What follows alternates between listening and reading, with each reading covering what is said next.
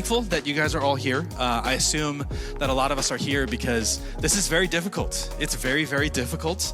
I would say especially post-COVID to try to find good volunteers, train volunteers, help nurture and take care of volunteers. I think it's a challenge for a lot of us. I think especially if you are in here and you are a lay leader, it is hard even as a volunteer.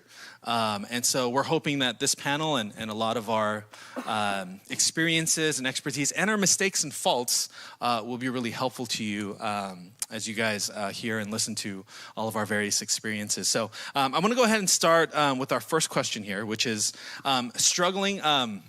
Struggling with getting good volunteers, I think, is something that is pretty common. And what I would love to hear from you guys is, what are the ways in which you struggle, particularly in your church contexts, to gain volunteers? What are the particular struggles that you have? And what is it about your context that you think makes it harder or difficult to gain volunteers? And the reason why I'm asking, and we're starting with this first question, is I think it'd be good for all of us to understand sort of the cultural foundations that make up our churches and our ministries. And what about those particular things makes it difficult to get volunteers? So let's go ahead and start with Clark, who's making eye contact with me. Yeah. Never make eye contact with the teacher. You never make eye contact with the teacher. Oh, shoot. Yeah. Being in San Francisco, we were actually just talking about this yesterday. I was in the Asian American, Asian immigrant churches my entire life. My entire life I've been a Christian, my whole time in ministry. This has been my first time in a non-Asian specific context, but about 40% of our church is Asian. About 90% of our families and youth are Asian. It's interesting. Something that I've found in our church is about 80% of our church and 100% of our members are serving in some capacity. I think the Asian churches I've been involved with in the past, there was always a high member serving rate. This is far and away the most I've ever seen, and that's nothing I've done. It's just the culture of the church. And we were even just talking about why maybe that is. I think part of it may be just where we are in San Francisco. If you are someone that's going to church regularly and you become a member, that says something about your faith, because we're in a city where 3% or less are Christian. And so there's a high commitment to Christ already if you choose to become a member of a church. That being said, we have found some struggles or obstacles to, let's say if we want to do another extra ministry event or anything additional where we need more volunteers, people are kind of tapped out. And also being where we are in San Francisco, people's lives are tapped out. We live in a city where almost every family is dual income. Everyone's working long hours in their jobs. There's a high, we call it the hustle of the city, because everyone's hustling to stay there because it costs so much, but also to get ahead. There's definitely idols of achievement and success and making money in San Francisco. It's the way we say it is people went there in 1849 to strike gold, and they still come to strike gold in tech and crypto and now AI and whatnot. And so that's probably the biggest pressures we feel is just overworked, overprogrammed people, families, schedules. Yeah. Is that? I'm just supposed to give problems, right? Not answers? Not yet. Okay, yeah. Just some of the challenges in your context. We have problems still. Yeah. I think that something that I don't know if everyone's church faces, because we are an immigrant church. I serve in a Chinese heritage church within the English congregation. The amount of human resources that is needed for youth and children's ministry is really great, simply because children's and youth come from all across the different congregations. Like we have 4 different language congregations within our church, and all their youth and children are under kind of English ministry. And so, it's definitely a challenge to find all the group leaders that we need for the children and from K to 12. But I find that it varies year to year, depending on kind of how it depends on how the ministry itself, the vibe of that ministry is. So if that makes some sense, it's like when children's ministry or when youth ministry is being branded well across the congregations, like there's a lot of sharing going on. There's like promo videos. Everyone knows what the ministries are up to. I find that actually helps with people getting on board and having buy-in, because they're seeing the fruit and the good that's coming out of these ministries. And even though that's more of a long game view, I find that if there's good kind of branding and everyone knows and can see, then more people will just want to be a part of that through volunteering. So, yeah, but it's hard to define like exactly when that vibe is good and when it's not so good. But I find that the branding will help. The branding, yeah. I can go next. For sure, busyness is just one of the big challenges. I am in the East Coast near the DC metropolitan, where it is the norm to be over programmatic in one's schedule. Something just to illustrate that is it's really difficult for our church context or our region to even have like a week-long summer camp, because kids are required to, well, if they're in magnet programs with their high schools, they're required to be in internships, or that they would rather select to have a job rather than to go to a camp. And even if they wanted to go to camp, their job will not let them take time off, and they're not about to quit their job, right? So I think just the busyness of schedules, of activities, that there are so many different options for me as a youth director or working with teenagers, that there's a plethora of options for them to pursue, right? And at the same time, it's the parents who are, I say this respectfully, enabling them to be overprogrammed, or that they're inserting their teens into programs and they're just trying to get a break away from their teens. So not as many maybe wanting to serve in the youth ministry when they're like, I just need to wash my hands clean for 2 hours on a Friday night. Maybe more so children's ministry than teens, but but another challenge also to try to get volunteers, aside from busyness, is that I think there is the belief that this is only a ministry for people in their early 20s to volunteer. And that's because of the vitality, the longer hours. To be honest, I mean, I'm in my early 30s now, and I do not enjoy lock-ins. I enjoy 10 hours of sleep if I can get it, or maybe 5 if I can get it, right? So just the busyness on top of like the subconscious assumption, right, that like, oh, youth ministry volunteering is only for people in their 20s because they have the most energy for it. When actually, I do find that the older I get, it's better to try to have an even spread of persons in different life stages to pour into our students, so that there's actual wisdom, not just blind leading blind. And people in their 20s are only like within 7 to 10 years removed from youth ministry or from being a youth, right? And then the last thing I'll say as a challenge is youth ministry is not like a sexy ministry, right? People go into youth ministry thinking like, ugh, teenagers are so defiant. Ugh, teenagers, like they're in puberty. Ugh, teenagers, like they're just so disrespectful.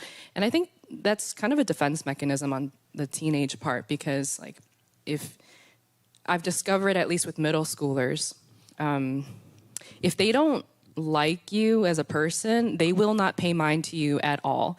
If you have something to say, they'll just be like, okay, fine. And then they'll walk away kind of defiantly, whatever. But if they really like you, they will not leave you alone, okay? So I think that's just part of the relational aspect of volunteering, specifically for youth ministry, or even in any ministry, is like there's a lack of relationship. And if you're not going to want to pursue relationship, you're not going to want to serve those or serve with others. You just need to take a break from the busyness. You just want to get away from having to do more, or that you're wanting someone to reach out to you. You're not going to want to reach out to someone else. So I think those are some big 3 challenges. Yeah, I think to add on to some of maybe the obstacles that potential volunteers see with working with students, would be, especially as the volunteers get older, they might feel a sense of insecurity and be able to connect culturally or relationally with those who are teenagers. That doesn't mean it's true. It's just how they feel. It's that they maybe feel like, oh, they don't communicate in the language, or they don't know the same illustrations, they don't know the cultural references, so they don't feel adequate, so then they don't want to step into those situations where they have to take risks and come out of their comfort zones. But it's like what Dorothy said, it's not so much how qualified in that sense they are, it's whether they know and they love the students. That makes all the difference, and we know the importance and the priority of intergenerational relationships. But the sense of insecurity and inadequacy is real, right? You're gonna want to feel like you could step up and do something and volunteer. And for a lot of parents and a lot of maybe older than people in their 20s, that insecurity cripples them in a way that we want to encourage them out of that and point them to the value that they bring to the table and to the lives of the students. And I wonder, just to add on to all of this, the cultural element in Asian churches, Asian American churches, even though I'm a second generation Korean American, maybe I've inherited some of the Confucian ethic of honoring the older, honoring hierarchy. And how much do our churches value children and the younger? And sometimes that can be an impediment in our churches when we're trying to recruit volunteers at our churches to serve children and teenagers. And maybe our church needs to really mature and grow, and not having an Asian Confucian view of young people and hierarchy and age, but really the biblical view as Jesus welcomed the children. And so that's something to consider, as how your church views children and teenagers. Yeah. Thank you guys so much for sharing. In my context, so I'm in a Korean immigrant church. I really, to Danny, piggyback off of what you were saying. I think there's so much cross-cultural communication that has to happen.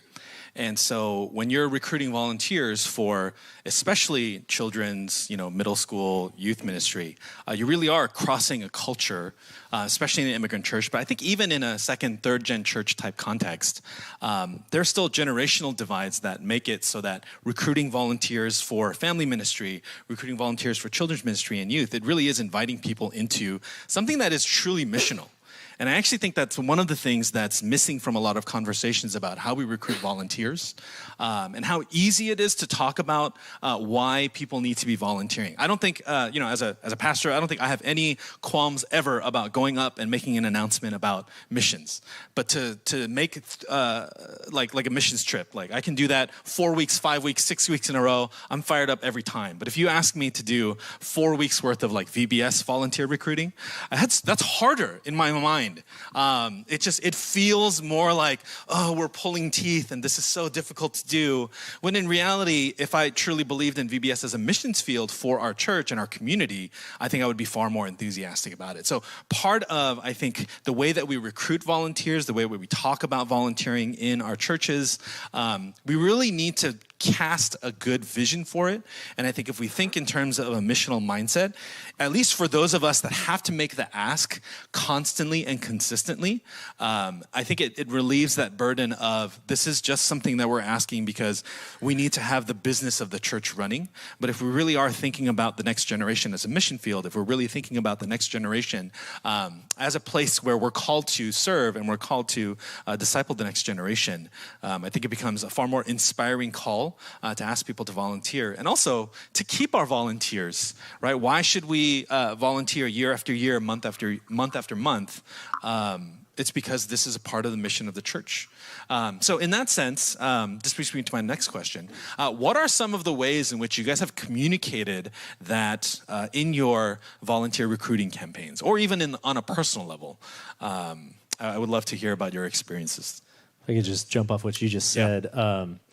When I was in full-time youth ministry, we used to say that the youth ministry is probably one of the few, if not the only ministries within the church where mission and discipleship come together. because we are evangelizing youth and we are discipling them into Christ. And so just communicating that value of the vision there was really exciting in getting volunteers. There was a point where we had, I ran a youth ministry about 150, and we had like 35 volunteers one year because we just had so many people that were excited about the vision, and the ministry was growing that we were like, well, we don't know what to do with the whole you, but you can just come and hang out with us and see the vision. And it was just it really was amazing. I mean, again, it's unique. It was San Francisco. We had about 51% of our youth ministry from the neighborhood, from non-Christian homes. And so there really was this like vibrant evangelism and discipleship happening. And I just love to pride myself on that, to say that like the youth ministry was the most missional segment of that Chinese church. So however we can leverage that, and even as we talked about if you were in our workshop yesterday, Gen Z really being, everyone's talking about how do you reach Gen Z, how do you reach the next generation, both for longevity of our churches, but also just in passing on the gospel, reaching the next generation, de-churching and whatnot. That's where it happens. That's where we can at least start. And so when we then see the equipping in terms of that, whatever our volunteers, whether they're working with children, youth, community groups, whatnot, we really give them a chance to invite them into deeper discipleship. And it's not just like come and tire yourself out and kill yourself for the ministry, but it's really come so that you can be equipped to have a life-giving discipleship as you walk with Jesus and walk alongside others to invite them to walk with Jesus too. And I think what that looks like is if you can show that somehow, like if we're talking about recruiting volunteers and letting them know that they're needed, I think that if you keep on reiterating the fruit from the ministry and being able to point to that and say, hey, look, this year we have 35, and this is like the most wonderful and fruitful thing about, this is so missional, and you get that buy-in. And even if somebody's thinking, well, I don't have the capacity for that this year, it's in their head, and then, they start to develop a heart for it. And maybe in a year or maybe in 2 years, when their time frees up, then they already know what they want to do, and they're going to come in and talk to you. I think that's certainly how I came about it, and a bunch of people that I know too. And I think that this really, again, you might feel this tension between setting a high calling and vision for your volunteers versus setting, like, coming 20 hours a week and tiring them out. That's not what we're saying. But to come to your volunteers and be like, please come serve, we're desperate, versus really setting a high calling and vision, being missional about their ministry to these teenagers and raising up a generation of children and youth, I think is really important. And as much as I joke around about my volunteers and I didn't do much, a lot of them have been with me for 15, 20 years, just setting a high calling and vision that they are doing an important missional discipleship ministry of God. And again, sometimes we just set a too low of a standard. We're just saying, we need you. Just show up once every 2 years and you'll be a good volunteer. But we are really giving them a high vision and calling them to the great commission and great mission of God. I think that's really important to do that with your volunteers. Again, it's not saying spend 80 hours a week, but at least giving them a vision and mission for the calling of God. I think it's so important that we invest in our volunteers, that we don't just recruit them and leave them. Because so much of our culture is almost like you get the sense that people do certain years of service or certain seasons, and they paid their dues, and they hand it off to the next batch, and they walk away. But if all of this is related to disciple making, it means that if we get volunteers, we're called to equip them for the work of ministry. So now they become the people we invest in. And when they feel invested in and poured into, where they're getting better at what they're doing and they're getting the feedback and the encouragement to continue, then we're not only teaching them something, but we're also role modeling for them how they can engage with their students. So the work is not done just because you have a roster full of volunteers. It just means that the stewardship becomes greater, but you get to focus on this group of volunteers and just pour out on them. And that's so important for us because at the end of the day, they want to grow as volunteers rather than just put in years and then just check out. They want to grow, and that's why they want to serve. Dorothy, you want to wait? I think it goes back to, Kevin, what you said initially, that it starts with an invitation. And that's something that I've often told others when I have made gentle attempts to recruit them to the youth ministry. But for other ministries that I'm part of as well, when we are looking to populate or replenish those teams or the overall ministry coworkers, it's saying, hey, would you like to observe? Would you like to see what this is about? Would you like to maybe lead one small part in the whole night or to co-facilitate a discussion, right? I think that being in a Chinese church by nature, people want to be part of something only if they're needed. They need to have some sort of functionality. I think that oftentimes to simply be a passive participant in a ministry, right? On one extreme, like people would rather not do anything. On the other, it's like, please give me something to do so I have purpose for my life, right? But I think when it comes to like specific ministries, it is good to have responsibility. And I think just inviting a potential person to observe, to do like a small participatory responsibility or act, gets their feet wet. And they can also decide for this person can decide for his or herself whether or not if this is a good fit for a ministry, if they can maximize their giftings. I think a layer even deeper than that is there are brothers and sisters who are simply unsure of themselves. They have a certain insecurity about whether or not they have giftings, which, I mean, biblically we can say that if you're a believer, you have spiritual gifts, but they don't yet know or are confident in how God has enabled them. And so I want to be able to help develop potential coworkers, not simply looking for more of like, I need a certain checklist of persons who exhibit these characteristics, but I'm more so, even if it's not as efficient, I'm more so about training up the people that I need versus looking for the people that I always need, because I don't want to continue to exhaust and divert from the well that's not really replenishing. It's like, how can we dig for more water sources and then let that replenish itself? Because again, I was actually talking to another colleague earlier today that I want to be able to teach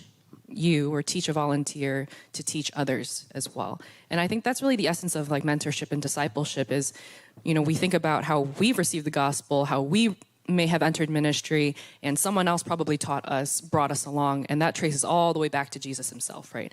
So the challenge of recruiting and training volunteers, I mean, yeah, it's hard to get volunteers into the door, but it's even made more effective when those potential persons can observe the ministry and see the fruit, where they can feel a sense of curiosity. And it's like, hey, what is this about? I want to know more.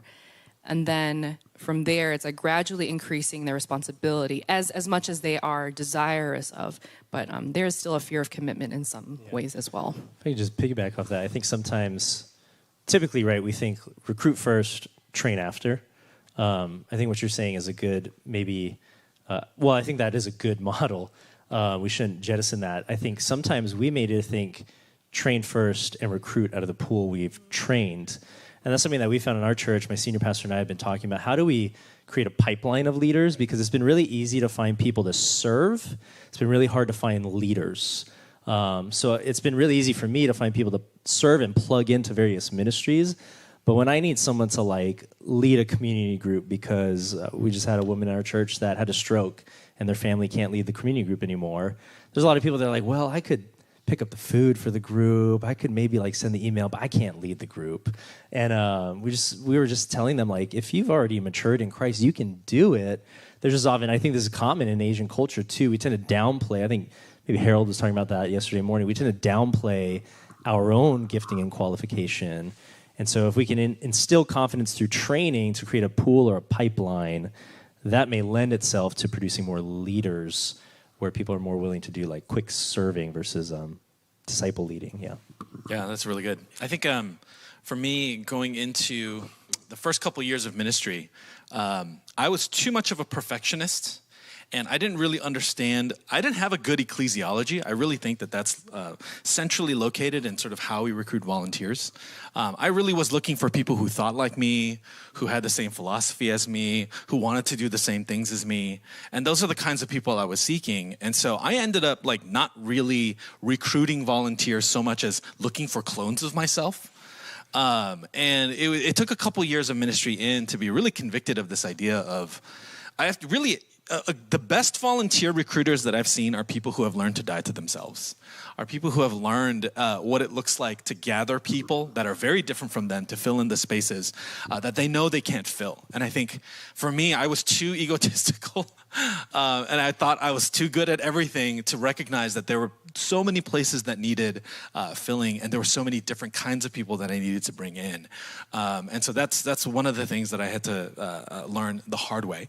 But the other thing is, from a theological standpoint, just really understanding what it means to, as Paul talks about, the many members of the body, and recognizing that whatever ministry or department or group that you're in, there are people that are gifted in the church and who are called to serve in those places. And are we recognizing, as the leaders of these ministries or the heads of directors of these ministries, where those people can actually serve? And I think it's doing the work at the maybe at the beginning of the summer before you really go into sort of recruiting for the fall.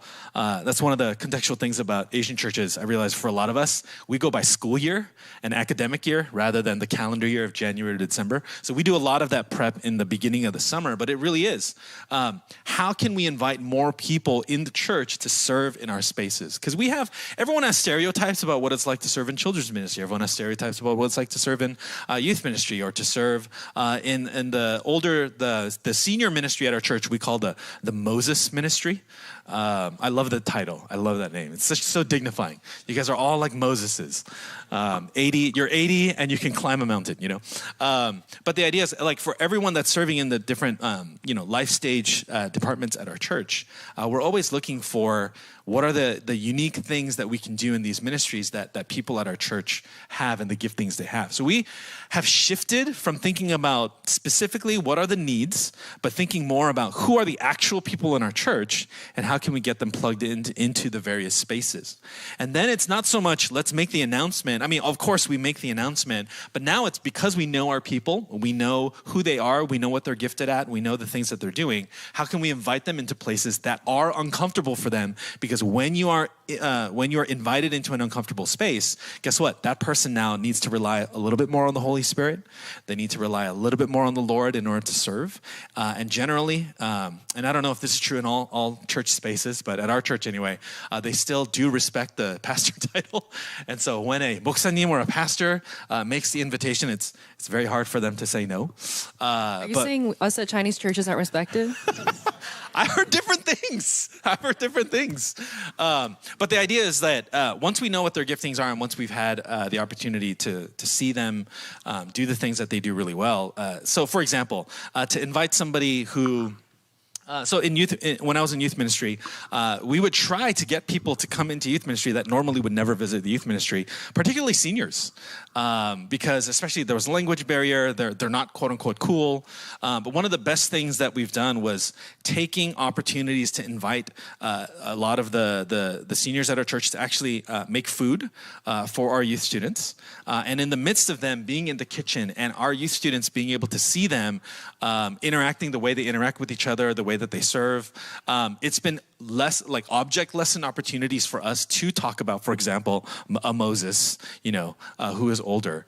And so those are just some of the things that we've done at our church. I'd be really curious, what is something that you've seen done at your church in terms of specifically recruiting for volunteers that was very encouraging to you personally, or just you thought was so special and it was just a really cool way that you've done that at your church? I want to share on this. So I had been at a previous Chinese Central church for about 20 years, including serving, growing up, teenager, young adult, so on and so forth. And I switched and came to this church in particular. And there was one thing, it's not so much what the church did, but it's what the church chose not to do. And it was where at the last week of every single month, it was off. Now, you might already have that in your rhythm where maybe you have, fellowship or ministry nights, 3 times a month and you have a week off. I did not come from that. It was if you sign up for youth ministry, children's ministry, it's every Friday night, every single week. There are no breaks. There are no summers. There's nothing. Why? Well, I mean, come on. We've got to work hard, right? You can't take breaks. But I appreciate that so much. Not even that I was a youth counselor at the time, but even as a parent, I saw, what? These regular rhythms of rest, they're not going to be wasted because what you're doing is you're allowing your volunteers to just be normal people maybe once a month. They could hang out with their friends on a Friday night. They could choose to watch a movie. They could take a nap. They could do a lot of nothing. Or if they're parents or if they're students, they could spend family time. They could play games. They could do a lot of something or a lot of nothing, take a trip for the weekend. That's good for the family. So this is not a prescription per se to say, okay, you have to take 1 week off a month. But it was something that my church now does and continues to do. And whenever it is that we start something, we always plan that in, that I found absolutely refreshing. And it was inviting, actually, to recruit volunteers simply by saying, the church doesn't own you if you choose to volunteer. You are a person too.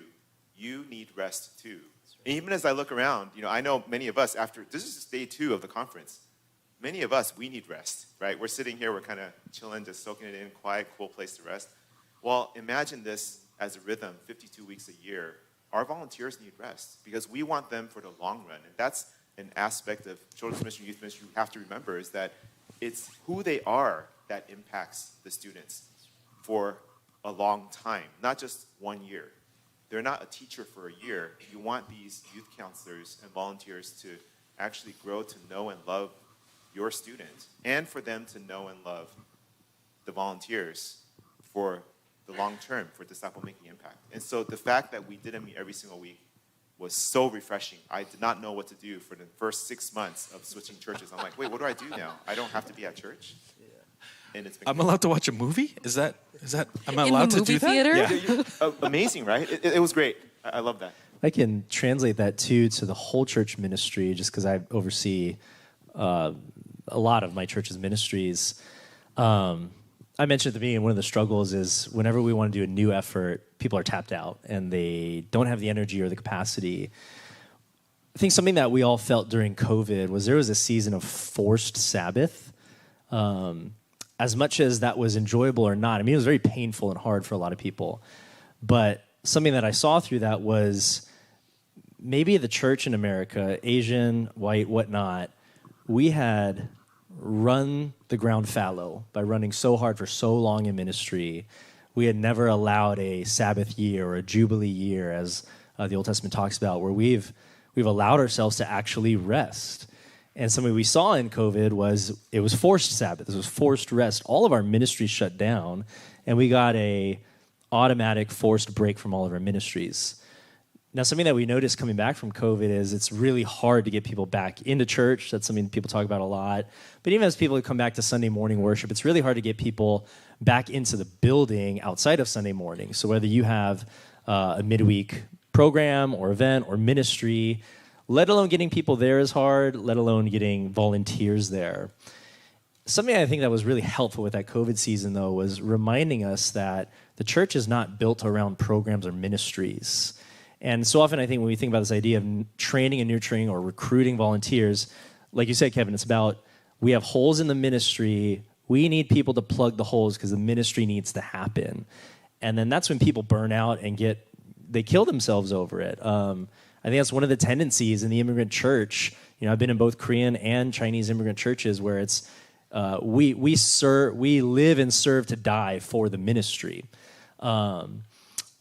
We've seen this pendulum swing, though, of many who work probably in second-gen churches. You have the opposite problem. It's like pulling teeth to get people to come to the church and serve in ministries. Well, that's a natural extreme reactionism against the immigrant upbringings.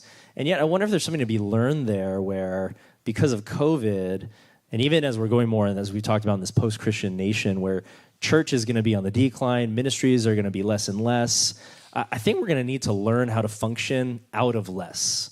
And that means functioning with smaller budgets, less vocationally paid staff, which means we can't run our volunteers or lay leaders into the ground.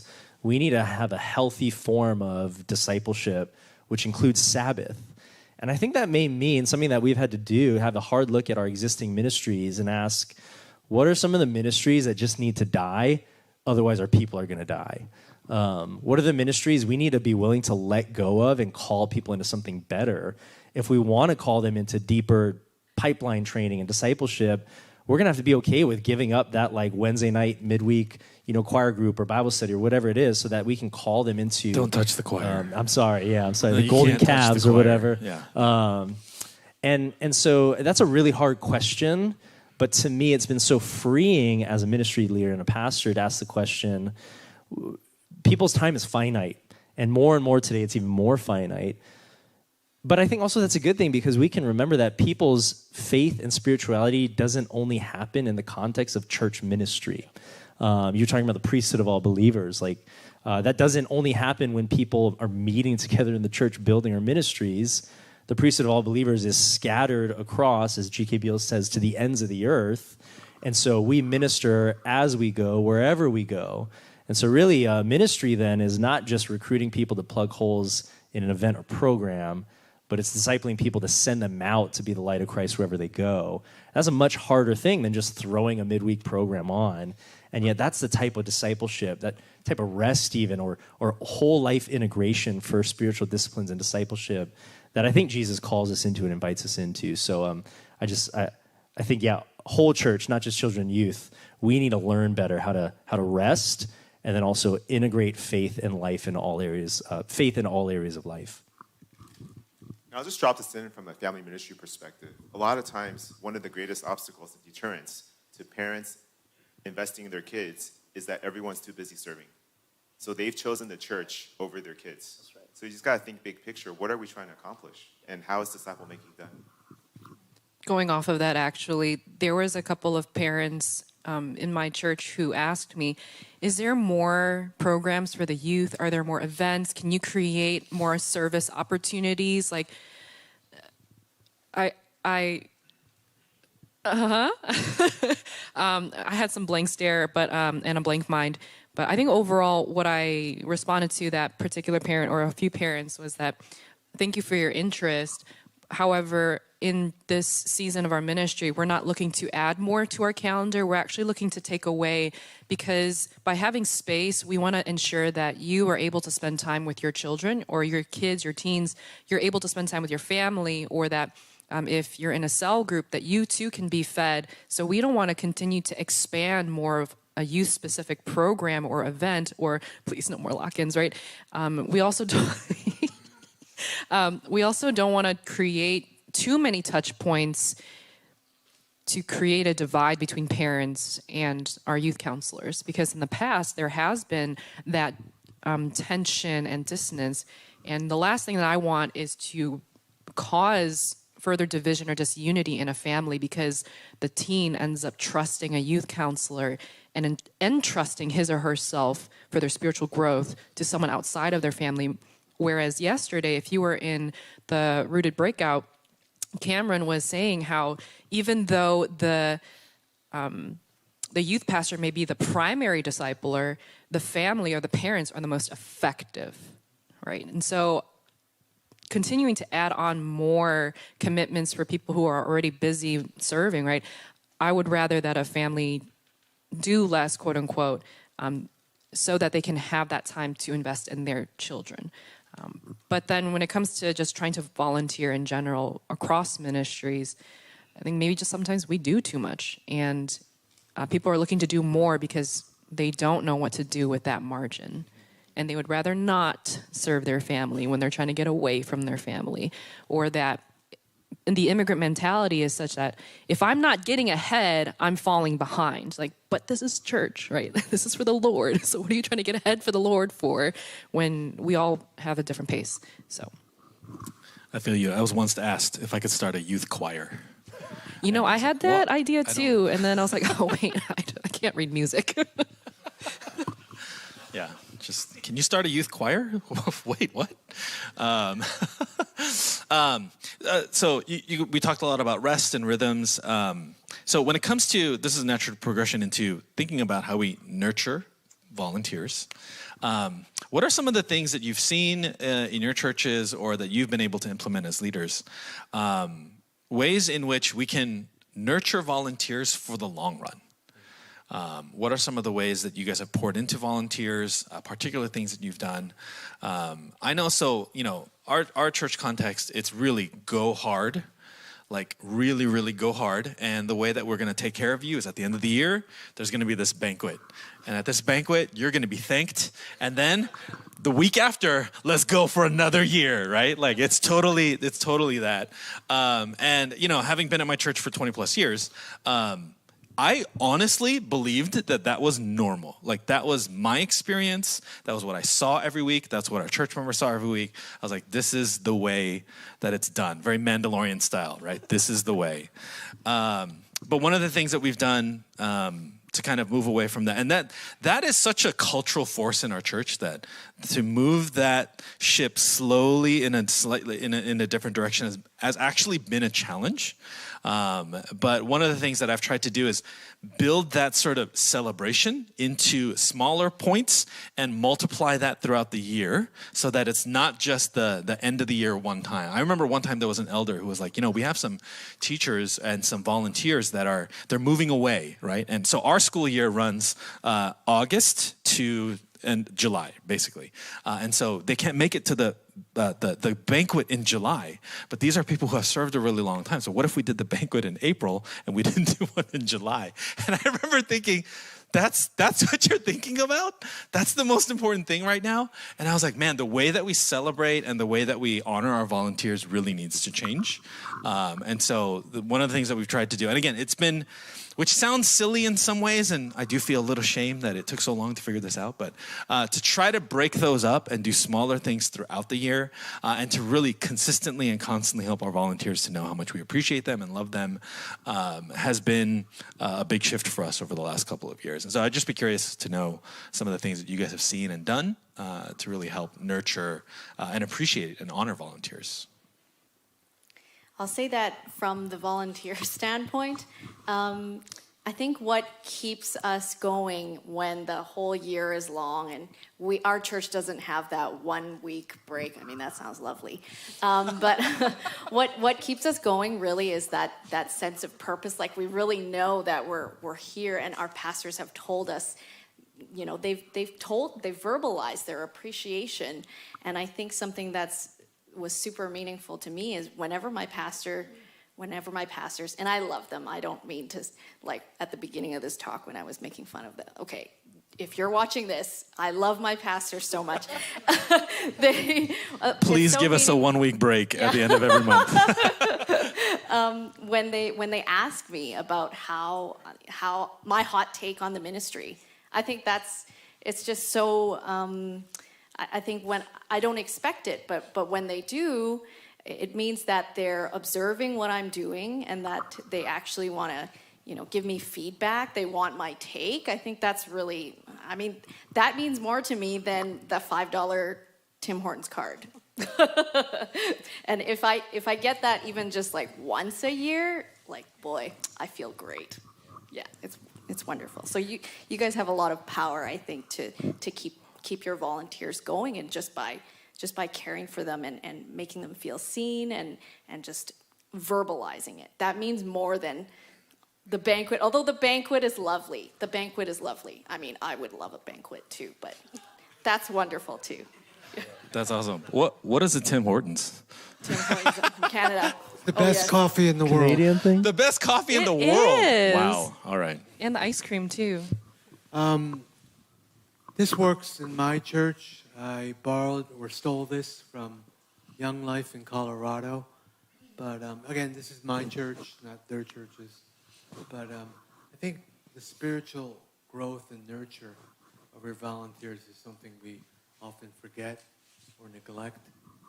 And Young Life in Colorado, for their volunteers, they say for every 1 hour you spend with a teenager, you need to spend 1 hour in a relationship with an adult. Small group, one-on-one, some kind of spiritual growth activity. And I know as youth pastor, I'm going to train and meet with my volunteers and teachers, youth counselors, and do all these things, tell them about the program and train them up and all that. But I found just being really healthy to say, hey, for 1 hour you spend with a teenager, spend 1 hour growing in the Lord. It's been really helpful and powerful in our youth group for our volunteers. Just to give them that kind of framework and vision that your spiritual growth and nurture is also very important to be a healthy volunteer. And it's not every church. It's Young Life in my church that it's worked, but I just want to encourage you to think about the spiritual growth and nurture of your volunteers and how you might promote that in their lives. I don't really spend any time with my teenagers, so I don't know where that places me, but I don't know. I would say, I mean, yeah, in my role, because I oversee so many different ministries, I only spend time with my volunteers and ministry leaders. We have a youth director. She spends the time with her teens. I invest in youth leaders, my community group leaders, discipleship leaders. Yeah, I think there's a number of things when it comes to nurturing. I think one of them, I mean, this thread has come up, but caring for their spiritual health more than their ministry competence. When I was working with my community group leaders, a lot of them were having questions of like, well, you're going to help us, figure out how to lead our community groups, right? And I was like, well, yeah, but we're going to go through Pete Scazzero's Emotionally Healthy Discipleship. And sometimes there's some question of like, well, how does this relate to community group leading? But what I've brought out is, well, the more that we are holistically following Jesus and being discipled into Christ, the more the awareness we have about how discipleship works in us and how we can lead others to do the same also. I mean, that's what volunteering is. Hopefully, all of our ministries are leading people further into life and discipleship into Jesus, which I think comes to the second thing that I've just learned the more I've been in ministry. I think in an Asian, especially immigrant context, it's really easy to take our, authoritative mindset or like your duty-driven mindset to just say, well, you're tired, suck it up. You want a week off? Too bad. Like, this is just how it works. Did your immigrant parents that came with nothing but the clothes on their back take a week off? Heck no. Like, they work themselves, do double jobs all the time. So